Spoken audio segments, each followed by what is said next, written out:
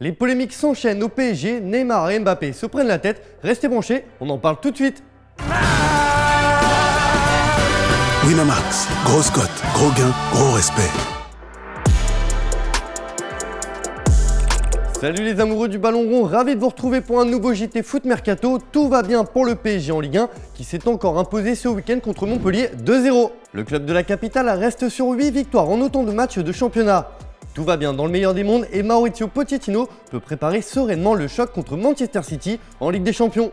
Oui, mais l'entraîneur parisien doit gérer l'ego de ses stars et on a encore eu un aperçu de la difficulté de la chose entre Neymar et Mbappé samedi soir. Sur une action, le Brésilien oublie son partenaire et cela ne lui a vraiment pas plu. Après sa sortie, Mbappé discute avec Gay sur le banc et lui dit « Il ne me fait pas la passe », alors que le numéro 10 a donné une passe décisive à Julian Draxler sur le deuxième but parisien. Une séquence qui a évidemment fait le tour du monde. Ce matin, le journal L'Équipe nous livre quelques détails de leur relation et elle n'est plus si idyllique. Plusieurs raisons à cela. Le mercato agité du français et ses envies de départ au Real Madrid n'auraient pas plu à Neymar, qui souhaitait former un trio de rêve avec Lionel Messi. Ensuite, le clan du Brésilien n'a également pas compris l'absence du français lors de certaines soirées organisées avec le groupe parisien. De son côté, Mbappé a le sentiment d'être mis de côté, notamment sur le terrain. Un chiffre symbolise la froideur de leur connexion. Les deux attaquants ne se sont toujours pas fait de passes décisives en 5 matchs. Et cela traduit bien les relations compliquées qu'entretiennent les deux hommes ces dernières semaines.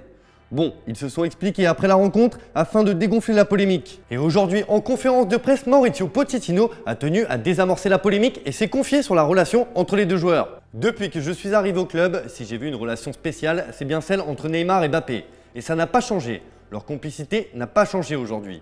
Ils rigolent, ils chambrent ensemble. En match, tout le monde veut être décisif. Le club fait qu'il y a une pression et parfois les choses sont un peu surdimensionnées. Quand je vois certaines choses qui sortent dans les médias, je me dis que ce n'est pas possible. Car moi, je vois ce qu'il se passe. Comprenez-vous la réflexion de Mbappé sur Neymar? C'est la question du jour les amis. Comme d'habitude, on attend vos réponses dans les commentaires.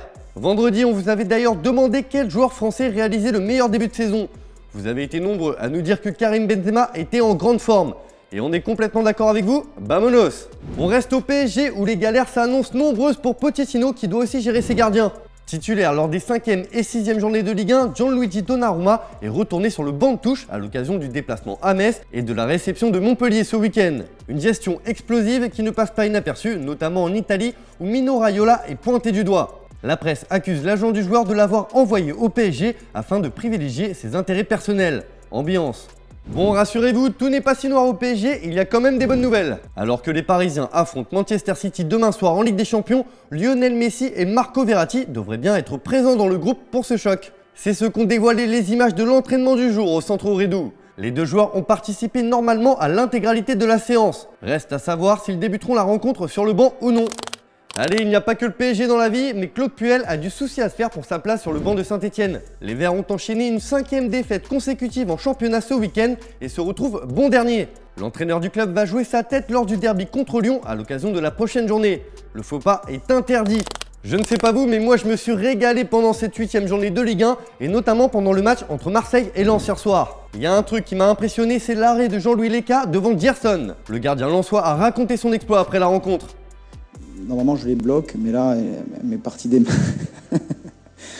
Non, c'est un l'instinct, parce que je le vois contrôler, et je me dis, il va frapper pied gauche. Souvent, quand ça frappe fort, ça croise, et je me dis, envoie à gauche, et puis on voit ce qui se passe. Et puis quand j'envoie à gauche, elle me tape dans la main. Je ne veux pas vous dire que voilà, je la vois partir, je mets la main à peu près où je pense qu'elle va aller.